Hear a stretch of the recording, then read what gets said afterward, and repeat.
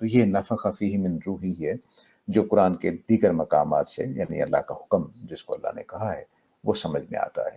تصوف میں اس کا مطلب دوسرا لے لیا گیا کہ اللہ تعالیٰ نے اپنی ذات کو اس میں ڈال دیا، ایسا کچھ نہیں ہے، اللہ نے اپنی پھونک اس میں مار دی۔ صحیح لٹرل ٹرانسلیشن یہ ہوگی کہ اللہ تعالیٰ نے اپنی پھونک حضرت آدم کے اندر ڈال دی، تو پھونک دی، اپنی پھونک دی، نفخ فیہ من روحہ، تو صحیح لٹرل سینس یہ ہے۔ اور پھونکنے کا مطلب تلفظ کرنا بھی ہے، بولنا بھی ہے، کلمہ کن کہنا بھی ہے، یہ سارے اندر اس کے معنی آ جائیں گے، کیونکہ جب ہم بولتے ہیں تو ایک ہوا سی ہمارے منہ سے نکلتی ہے، تو اس کو بھی تلفظ کہنا، اس کو بھی روح کہہ سکتے ہیں۔ تو اس سے اب ہمارے اندر وہ ساری ابیلٹیز آ گئیں، ہمارا ذہن، ہمارا مائنڈ، ہماری فطرت، ہماری شعور، یہ سب کچھ ہمارے اندر آ گیا، اور اب ہم ایسے ان جانور بن گئے جو سوچ سمجھ کر اس پوری ماحول میں زندگی گزار سکتے ہیں۔ یہ نفخ فیہ من روحہ سے عمل ہوا۔ اب اس عمل سے ہم اس قابل ہیں کہ وہ جو خلافت کا امتحان تھا جو ہمیں کہا گیا کہ تمہیں امانت دی جا رہی ہے، اس امانت کو ہم اٹھانے کے قابل ہو گئے۔ یعنی یوں سمجھیے کہ ہمیں اگر کسی میدان میں کام کے لیے بھیجا جا رہا ہے تو اب ہمیں پوری طرح سے اسلحہ دیا جائے گا، وہ تیاری کرائی جائے گی، ٹریننگ دی جائے گی، یہ سارا کچھ نفخ روح سے اللہ تعالیٰ نے کر دیا۔ اس نفخ روح کے ساتھ اگر ہمارے اندر یہ سارا کچھ ہو، پورا شعور ہو، لیکن میں اس دنیا کو دیکھ نہ سکوں، تو ان صلاحیتوں کا کیا فائدہ ہوا جو مجھے اس دنیا کو سمجھنے کے لیے بنائی گئی تھی؟ مثلا اگر سامنے سے شیر آ گیا ہے، میرے پاس آنکھیں نہیں ہیں، اندر میرے شعور رکھا گیا ہے کہ جب تم شیر کو دیکھو یہ ڈر جاؤ، یا اس کی دھاڑ کو سنو تو ڈر جاؤ، لیکن میں دھاڑ سننے اور شیر کو دیکھنے کے قابل ہی نہیں ہوں، تو شیر آئے گا مجھے کھا جائے گا۔ تو اس لیے پھر ہمیں کچھ یہ 5 سینسز بھی دی گئی۔ ان 5 سینسز کو اللہ تعالیٰ نے صرف 2 کا ذکر کرتے ہیں، کیونکہ قرآن مجید سننے کے لیے اور قرآن رسولوں کو دیکھنے کے لیے صرف 2 چیزیں ہی کافی تھیں، السمع والبصر، یعنی ہمارے کان اور ہماری آنکھیں۔ قرآن مجید نے باقی سینسز کا ذکر نہیں کیا ہے کیونکہ وہ ساتھ ہی موجود ہیں، لیکن جو بیسک 2 بڑی چیزیں ہیں جو حق کو دین کو سمجھنے کے لیے ضروری ہیں، وہ سمع و بصر ہے، یعنی کان اور آنکھیں۔ اس کے ساتھ تیسری چیز اللہ تعالیٰ نے کہا کہ میں نے تمہیں دل بھی دیا ہے۔ افیدہ جو ہے فواد کی واحد ہے، فواد یا افیدہ، یہ قرآن مجید نے دل کے لیے عام طور سے لفظ بولا ہے۔ دل کے لیے جو ہماری بحث ہے وہ لمبی ہے بہت، صدیوں سے انسانوں کا تصور یہ ہے کہ انسان دل سے سوچتا ہے، دل کے اندر سارا کچھ ہے، دل کے اندر ہی خوف، دل کے اندر ہی محبت، دل کے اندر ہی یہ سارے شعور ہیں۔ لیکن اس کے باوجود قدیم زمانے سے ہی دماغ کے بارے میں بھی انسانوں کا تصور رہا ہے کہ یہ بھی سوچنے سمجھنے، مثلا جو لائق لوگ ہوتے تھے ان کو کہا جاتا تھا یہ بڑے دماغ والا ہے، یہ تصورات ہمارے پرانے زمانے میں موجود ہیں۔ تو ان دونوں کے ساتھ ساتھ چل رہا تھا، یعنی ایسا نہیں کہ دماغ کا ذکر کہیں نہیں ہے یا دماغ سے لوگ واقف نہیں ہیں، بلکہ ذہین کا لفظ بنا ہی ذہن سے ہوا ہے۔ یہ پرانے زمانے سے چلا آ رہا ہے کہ یہ آدمی بڑا ذہین ہے، یعنی اس کا دماغ اللہ نے اس کو بڑھا دیا ہے، صلاحیت زیادہ ہے دماغ کے اندر۔ تو ذہن اور دل، اس کے بارے میں کیا تصور ہے؟ قرآن مجید کے مقامات سارے پڑھ کے یہ اندازہ کر سکتے ہیں کہ 2 مطلب ہو سکتے ہیں۔ ایک مطلب یہ ہے کہ زبان کے اندر اللہ تعالیٰ نے کہہ دیا ہے کہ میں نے تمہارے دل بنائے ہیں، مراد دماغ ہے۔ یہ زبانوں کا استعمال میں یہ ایک فطری سی بات ہے، اس میں یہ ضروری نہیں ہوتا کہ زبان میں جو بات بولی جا رہی ہو وہ بات حقیقت میں بھی ٹھیک ہو، لیکن زبان کے اعتبار سے وہ ٹھیک ہوتی ہے۔ مثلا بڑے سے بڑا سائنسدان لے لیجئے کوئی، اور اس نے اپنی بیوی کو کہنا ہو کہ اس وقت پکوڑے کھانے کو دل چاہ رہا ہے، تو وہ کبھی نہیں کہے گا کہ اس وقت پکوڑے کھانے کو دماغ چاہ رہا ہے، یہ بالکل مذاق سا جملہ بن جائے گا۔ اور اسی طرح سے عاشق اور معشوق کے معاملے میں جب ہم کہتے ہیں کہ میں دل ہار بیٹھا ہوں، تو کوئی نہیں کہے گا میں دماغ ہار بیٹھا ہوں، یہ زبان اسی طرح سے چلتی ہے۔ اور جب ہم کہتے ہیں کہ دل چاہ رہا ہے اور دماغ چاہ رہا ہے تو ہم اس کا ایک خاص مطلب لیتے ہیں۔ تو ایک معنی یہ ہو سکتے ہیں قرآن مجید کی ان ساری آیتوں کے کہ دل بول کر اصل میں دماغ ہی مراد ہے، لیکن زبان کے اندر یہاں ان موقعوں پر دل ہی بولا جاتا ہے۔ ان موقعوں پر جہاں قرآن نے بولا وہاں اگر دماغ بولا جاتا تو عرب ہنس پڑتے، مذاق اڑاتے، یا ان کو بات سمجھ نہ آتی۔ تو جب ہم کہتے ہیں کہ میرا دل چاہ رہا ہے، تو میرا اپنا یہ ڈیسیجن ہوتا ہے، اس میں میرا سارا وجود شامل ہوتا ہے، میرا دماغ بھی، میرا ٹیسٹ بھی، میرا اس وقت کی بھوک بھی، یہ سارا کچھ شامل ہوتا ہے جس کو ہم کہتے ہیں کہ میرا دل چاہ رہا ہے اس وقت۔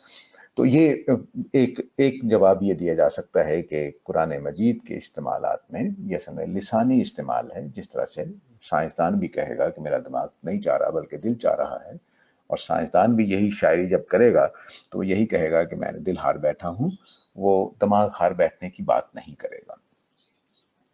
تو اس طرح سے اللہ تعالیٰ نے کر دیا۔ دوسرا جواب یہ ہو سکتا ہے، اور میری غالب رجحان میرا ادھر ہی ہے، کہ دماغ جو ہے ہمارا وہ صرف سٹوریج ہے، اس میں معلومات ہم سٹور کرتے ہیں، لینگویج جو ہم سیکھتے ہیں، جو سائنس، الجبرا، ریاضی، انجینئرنگ، ڈاکٹری وغیرہ سیکھتے ہیں، وہ ہم دماغ میں سٹور کرتے ہیں۔ جو ہماری فطرت ہے اور جو ہماری سمجھ لیجئے کہ یہ خیر و شر کا شعور، ہمارے اندر کے ٹیسٹ، ہمارے اندر کی یہ اندرونی صلاحیتیں جو ہم پیدا ہوتے وقت لے کر آئے ہیں، ان کی جگہ دماغ نہیں ہے، ان کی جگہ مائنڈ ہے۔ اور مائنڈ کے بارے میں یہ تفصیل سے اب سامنے آ رہی ہیں چیزیں کہ مائنڈ پورے جسم میں ہوتا ہے، وہ ایک جگہ کہیں اسٹیشن نہیں ہوتا۔ اگر وہ اسٹیشن ہو کسی جگہ پر تو ہم کہہ سکتے تھے کہ یہ اس کی جگہ ہے۔ تو غالباً جو مذہبی کتابیں ہیں ہماری، یا خدا کی طرف سے جو باتیں آئی ہیں، اس کو ہم انٹرپریٹ یوں کر سکتے ہیں کہ ہمارا جو مائنڈ ہے اس کا سینٹر دل ہے، اگرچہ وہ وہاں دیکھا نہیں جا سکتا، کیونکہ میری فطرت کہیں لکھی ہوئی دیکھی نہیں جا سکتی، کون سے دماغ کے سیلز میں وہ لکھی ہوئی ہے، کہاں پڑی ہوئی ہے، خود میں جس کو میں کہتا ہوں اور آپ جس کو میں کہتے ہیں، وہ کہاں پڑا ہوا ہے ہمیں نہیں معلوم، ابھی تک سائنس یہاں تک نہیں پہنچی ہے۔ تو وہ جو میں ہے، جہاں وہ پڑا ہوا ہے، آپ کا یا میرا میں، وہ کہیں دل میں نہ ہو، اور یا پورے جسم ہی میں نہ ہو، اس دل کو یا اس شخصیت کو جو میری اور آپ کی ہے، اس کو دل سے تعبیر کیا جاتا ہو، اور اس یعنی وہی سمجھتا ہے۔ یعنی اب یوں سمجھیے کہ میں جب کھانا کھاتا ہوں تو زبان کو تو ٹیسٹ نہیں آتا، وہ تو مجھے آتا ہے، اور لیکن زبان کے ذریعے سے آتا ہے۔ میں جب کوئی منظر دیکھتا ہوں تو آنکھوں کے ذریعے سے میں دیکھ رہا ہوں، تو یہ جو میں ہے یہ کہاں پہ ہے؟ کیا دماغ میں ہے یا پورے جسم میں ہے؟ تو ابھی تک سائنس یہ کہتی ہے کہ نہیں، یہ پورے جسم میں لگتا ہے، جس کو مائنڈ کا نام دے رہے ہیں، جو دماغ سے ہی ہم جوڑتے ہیں، لیکن اب وہ یہ سائنس مانتی ہے کہ پورے جسم میں وہ موجود ہے۔ تو اس مائنڈ کا یا اس شخصیت کا سینٹر کہاں پہ ہے، یہ کہاں، اس کی سیٹ کہاں ہے، یہ کہاں بیٹھتا ہے، یہ وہ فرق ہے جس کو ہم ایک ابھی سائنس کی انتظار کر سکتے ہیں کہ شاید یہ بات واضح ہو جائے انسانوں پر، کہ وہ یہاں تک پہنچ جائیں کہ وہ ہماری جو نفس کی سیٹ ہے، ہماری جو شخصیت کی سیٹ ہے، جہاں پر میں اپنے آپ کو ایگزسٹ سمجھتا ہوں، وہ جگہ مل جائے یا ڈھونڈ لی جائے۔ تو یہ جو ہے ہمیں اب ہم کیا ہو گئے ہیں، اب ہم اس قابل ہو گئے ہیں، ہمارے پاس عہد الست کا تصور آ گیا ہے، خلافت کا تصور آ گیا ہے، اس کی صلاحیتیں آ گئی ہیں، اس کا خیر و شر کا شعور آ گیا ہے، ہمیں یہ معلوم ہے کہ ہم امتحان دینے جا رہے ہیں دنیا میں، اور پھر ہمارے اندر وہ سارے علوم بھی رکھ دیے گئے، وہ ساری صلاحیتیں بھی رکھ دی گئیں، جس کو قرآن مجید نے وَنَفَخَ فِيهِ مِن روحی کے الفاظ سے بیان کیا ہے، اور ہمارے یہ 5 سینسز بنا دی گئیں، جس کے ذریعے سے ہم اس دنیا کے ساتھ اٹیچ ہوتے ہیں، اس کو سمجھ سکتے ہیں، اس کو دیکھ سکتے ہیں، اس کو سن سکتے ہیں، اس کو سونگھ سکتے ہیں، اس کو ٹچ کر سکتے ہیں۔ یہ صلاحیتیں ہمیں دے دی گئیں۔ ان صلاحیتوں کے دینے کے بعد ہمیں ہمارے بارے میں فیصلہ کیا گیا کہ اب ہم دنیا میں بھیجا جائے گا۔ لیکن ان ساری چیزوں کے ساتھ، یعنی جو صلاحیتیں دی گئی ہیں، جو شعور دیا گیا ہے، کچھ اور چیزیں بھی ضروری تھیں، جس کو ہم سمجھ لیں کہ مزاج ہے۔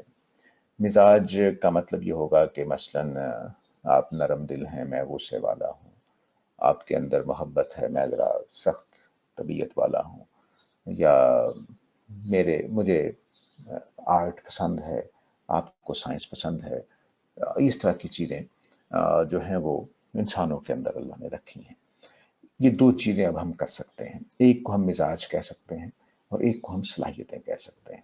مزاج کا مطلب ہے کہ میرے اندر غصہ ہے، میرے اندر جذبات ہیں، آپ کے اندر جذبات کا کنٹرول ہے میرے اندر نہیں ہے، یہ مزاج ہوتا ہے۔ اور صلاحیت یہ ہوتی ہے کہ میں لٹریچر میں اچھا ہوں، کوئی سائنس میں اچھا ہے، کوئی انجینئرنگ میں اچھا ہے، کوئی کیلکولیشنز میں اچھا ہے، یہ صلاحیتیں ہوتی ہیں۔ یہ دو، ان چیزوں کو اللہ تعالیٰ نے بانٹا ہے، یعنی ریاضی ہر ایک کو آتی ہوگی تھوڑی بہت، لیکن کوئی ریاضی دان بن جائے وہ ظاہر ہے کہ فزکس سارے ہی دیکھ رہے تھے کائنات کو، لیکن اس کے اندر سے تھیریز کو، لا کو ڈرائیو کر لینا، یہ اس کے لیے ابن الہیثم چاہیے، اس کے لیے نیوٹن چاہیے، اس کے لیے آئنسٹائن چاہیے۔ یہ ظاہر ہے کہ ڈفرینٹ صلاحیت ہو جاتی ہے۔ لیکن اس دنیا کو ہم دیکھ رہے تھے، سارے کے سارے ایک سائنس اپنے ذہن میں بنائے ہوتے ہیں، وہ زندگی اپنی اس سائنس کی بنیاد پر گزار رہے ہوتے ہیں، لیکن جہاں تک آئنسٹائن پہنچ گیا، یا جہاں تک نیوٹن پہنچ گیا، یا ابن الہیثم پہنچ گیا، وہاں تک ہر آدمی نہیں پہنچے گا۔ یہ صلاحیت الگ ہے کہ کائنات کو دیکھتے ہوئے اس کے اندر سے لا کو ڈرائیو کر لینا، اس کے اندر سے چیزوں کو سمجھ کے اس کو رولز کے طور پر بنا لینا، یہ صلاحیت کی بات ہوگی۔ لیکن ایک فزکس ہم سب سمجھتے ہیں کہ بچہ بھی آپ دیکھیں کہ نیچے پھینک کر کھیل رہا ہوتا ہے، اس کو پتا ہے کہ اس نے باؤنس کرنا ہے واپس، تو یہ اس کی واقفیت اتنی فزکس کے ساتھ ہے۔ تو اب جو ٹیمپرامنٹ ہے یا مزاج ہے وہ اور صلاحیتیں یہ بانٹی گئی ہیں۔ جس طرح میں نے عرض کیا کہ ریاضی تھوڑی بہت سب کو آتی ہوگی، فزکس سب کو ایک معلوم ہے، اسی طرح سے مزاج بھی ایسا ہی، غصہ سب کے پاس ہوگا، کسی کے پاس تھوڑا، کسی کے پاس زیادہ۔ محبت سب کے پاس ہوگی، کسی کے پاس تھوڑی، کسی کے پاس زیادہ۔ دوسروں کا خیال رکھنے کی صلاحیت سب کے اندر ہوگی، کسی کے پاس تھوڑی، کسی کے، اس سے رنگا رنگ انسان بن گئے۔ صلاحیتوں کا ڈفرنس اور مزاج کا ڈفرنس، یعنی بنیادی چیزیں سب کے اندر ہوں گی، لیکن کسی کے اندر کوئی چیز زیادہ، کسی کے اندر کوئی چیز کم۔ اس کم اور زیادہ کرنے سے اتنے خوبصورت دنیا بن گئی کہ کوئی محبت کرنے والا ہے، کوئی لڑنے والا ہے، کوئی جھگڑنے والا ہے، کوئی دوسروں کا خیال رکھنے والا ہے، کوئی بے پرواہی سے اپنے کام میں لگا ہوا ہے، کوئی مجلسیں بنائے بیٹھا ہے، کوئی کونے میں چھپ کر بیٹھا ہوا ہے۔ یہ ساری دنیا رنگا رنگ دنیا بن گئی۔ اس میں سے کچھ چیزیں اللہ تعالیٰ نے قرآن مجید میں بیان کی ہیں، کیونکہ وہ ہماری دینی زندگی کے سمجھنے میں بہت نمایاں کردار ادا کرتی ہیں۔ اس میں ایک اللہ تعالیٰ نے یہ بتایا ہے کہ انسان کو عجلت پسند بنایا گیا ہے۔ اس کے لیے الفاظ ہیں کان الانسان عجولا، انسان کو عجلت پسند بنایا گیا ہے۔ ہم ہر اچھی چیز کو جلد لینا چاہتے ہیں، پیسے کی بات ہو جائے، اچھے گھر کی بات ہو جائے، گاڑی کی بات ہو جائے، بھوک لگی ہو تو کھانے کی بات ہو جائے، ہمارے اندر ایک عجلت پسندی ہے۔ یہ اس لیے رکھی گئی ہے کہ ہم اپنے کاموں کی طرف آگے بڑھیں، اپنے پروگرام بنائیں، مقصد طے کریں، ہدف ٹارگٹ بنائیں اور اس کی طرف تیزی سے آگے بڑھیں۔ اسی سے پوری دنیا کی ترقی کا نظام ہے۔ اس کے بعد اگلی صلاحیت جو دی گئی، وہ پچھلی دفعہ بھی زیر بحث آ گئی تھی، وہ ظلم اور جہول کی ہے۔ ظلم کا مطلب ہوتا ہے کہ میری صلاحیت ایک پاؤ بھر ہے، لیکن میں ایک من کام کرنے کا فیصلہ کر لیتا ہوں اور بغیر گھبرائے اتر جاتا ہوں۔ 200 لوگ ہوتے ہیں، بدر میں اتر جاتے ہیں 1200 کے خلاف، اور ایک آدمی صرف 2000 5000 6000 روپے مہینہ لینے کے لیے ہر روز بجلی کے کھمبوں پر جو 5,000 واٹ کی بجلی بھاگ رہی ہوتی ہے، وہ مرمت کرنے چڑھ جاتا ہے، پرواہ ہی نہیں کرتا، ہر روز چڑھا ہوتا ہے۔ یہ جو حوصلہ ہے، جو ہم خلا میں چلے گئے، اسپیس میں، ذرا تصور کیجئے کہ ایک آدمی اسپیس شپ میں بیٹھے اس خیال سے کہ پتہ نہیں اوپر جا کے واپس آئے کہ نہ آئے، اوپر کیا حالات ہیں، وہ چلا جاتا ہے۔ یہ جو ساری صلاحیتیں ہیں، یہ ظلم ہونے کی وجہ سے ہیں۔ دوسری چیز جہول ہے۔ جہول کا مطلب ہے کہ انسان کے اندر بے پناہ جذبات رکھے گئے ہیں، وہ اپنے ان جذبات کو، جس میں غصہ ہے، نفرت ہے، اپنائیت ہے، تعلق ہے، کسی کی خاطر کر گزرنا ہے، تعلق، رشتہ داری، یہ سب اس کے اندر اللہ تعالیٰ نے ڈال دیے ہیں۔ ان کے لیے وہ جذباتی ہوتا ہے، اپنی ذات کے لیے سب سے زیادہ، اور پھر اپنے اپنے جتنے بھی اس کے تعلقات ہیں ان کے لیے وہ ایک جذباتیت رکھتا ہے۔ قومیں ایک دوسرے سے لڑتی رہتی ہیں انہی جذبات کی وجہ سے۔ کوئی آدمی تکبر میں آ جاتا ہے، کوئی اپنی ذات کی وجہ سے اس کو کوئی گرانے کی کوشش کرے تو وہ اس کے اندر ایک طاقت آ جاتی ہے، پتہ نہیں، یہ جہول ہے، انسان اس طرح سے بنایا گیا ہے۔ اس کے ساتھ یہ بتایا گیا ہے کہ انسان قطور بنایا گیا، یہ کاف نقطوں والا ہے۔ قطور کا مطلب ہوتا ہے کہ ذرا کنجوس، بخیل ٹائپ۔ یہ بھی ایک بہت خوبی ہے انسان کے اندر۔ وہ یہ ہے کہ میں اپنی اچھائیوں کو محفوظ رکھوں. میرے پاس میری دولت ہے، میں اس کو ضائع نہ کر دوں. میرے پاس نیکی ہے، میرے پاس علم ہے، میں اس کو کہیں صحیح جگہ پہ لگاؤں.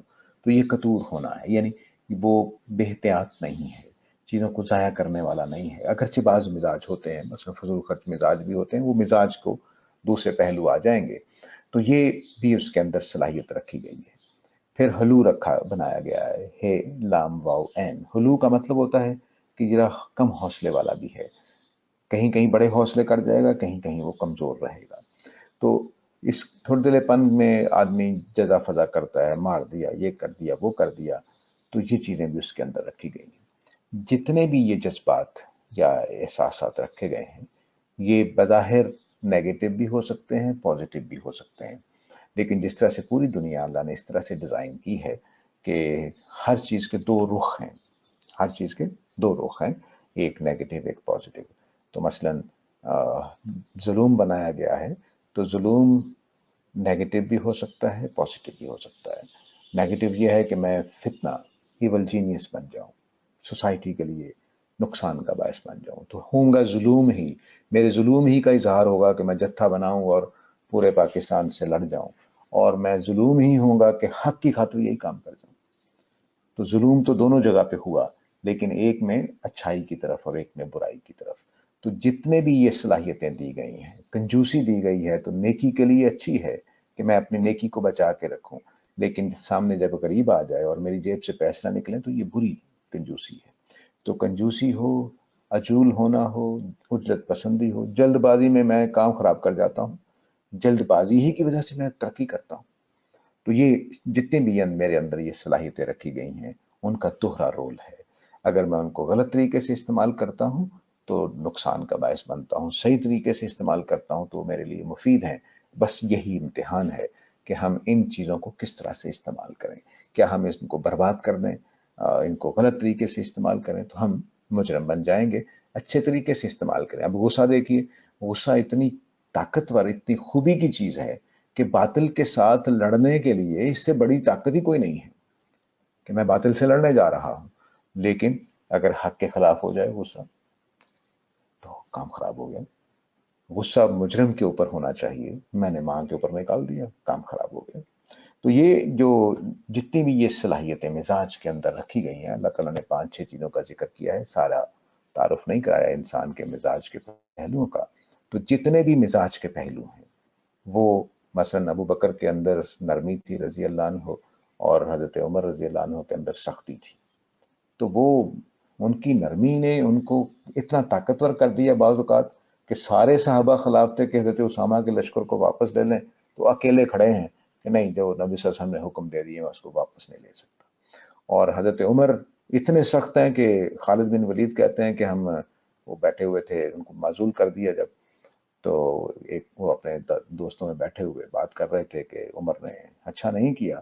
تو ایک سپاہی نے کہا کہ خالد تم فتنہ پیدا کر رہے ہو. تو انہوں نے کہا کہ عمر کے ہوتے ہوئے فتنہ نہیں پیدا ہو سکتا. اتنا جب تک وہ بیٹھے ہوئے ہیں کچھ نہیں ہوگا. وہ اتنا روب، لمبی قد، اونچا قد، لوگ ڈرتے تھے ان کا نام لے کر. لیکن ایک بڑھیا راستے میں روک لیتی ہے کہ تم نے نان نفقہ بند کر دیا، تم کون ہوتے ہو؟ کچھ نہیں کہا. تو حضرت عمر کی وہ سختی ایک بڑھیا کے آگے کچھ بھی نہیں کرتی. ان کو مسجد میں کھڑے کھڑے پوچھ لیتے ہیں کہ بھئی آپ کے یہ چادریں دو کہاں سے آ گئیں؟ ایک آپ نے تہمت باندھ رکھی ہے، ایک آپ نے اوپر لے رکھی ہے، ہمیں تو ایک ایک چادر دی ہے، آپ نے دو رکھی ہوئی ہیں. تو بجائے غصہ کرنے کے انہوں نے کہا بھی ایک میرے بیٹے کی، اس نے مجھے تحفے میں دے دی. تو یہ ہے وہ آدمی کے جو حق کی خاطر اتنا سخت آدمی ہو. ایک ہاتھ میں کوڑا ہوتا ہے، ایک ہاتھ ان کا مونچھ پہ ہوتا ہے، لیکن جب ایک بڑھیا روک لیتی ہے وہ کچھ نہیں کرتے. جب ایک نمازی پوچھ لیتا ہے تو وہ کچھ نہیں کرتے. کیا ہوا؟ ہوا یہ کہ انہوں نے اپنے سختی کو باطل کے لیے کر دیا ہے اور اپنی طبیعت کے اندر اس سختی کو ختم کر دیا ہے جب حق سامنے آ جاتا ہے. تو یہ امتحان اسی چیز کا نام ہے. تو یہ جتنے بھی ہمارے مزاج کی صلاحیتیں ہیں، ان سے واقف ہونا بہت ضروری تھا، کیونکہ یہ ہمارے اندر کے جو جذبات ہیں، اندر کی جو کشمکش ہے، اور جو ہمارے سامنے سوالات ہیں اس کے آگے چل کر ہم آگے بڑھیں گے تو خیر و شر کا تصور بھی کہ دنیا میں برائی کیوں ہے، ظلم کیوں ہے، زیادتی کیوں ہے، یہ بھی ہماری کہانی کا حصہ ہے. تو اگلی دفعہ دیکھیں گے. اب میں سوالات کے لیے حاضر ہوں.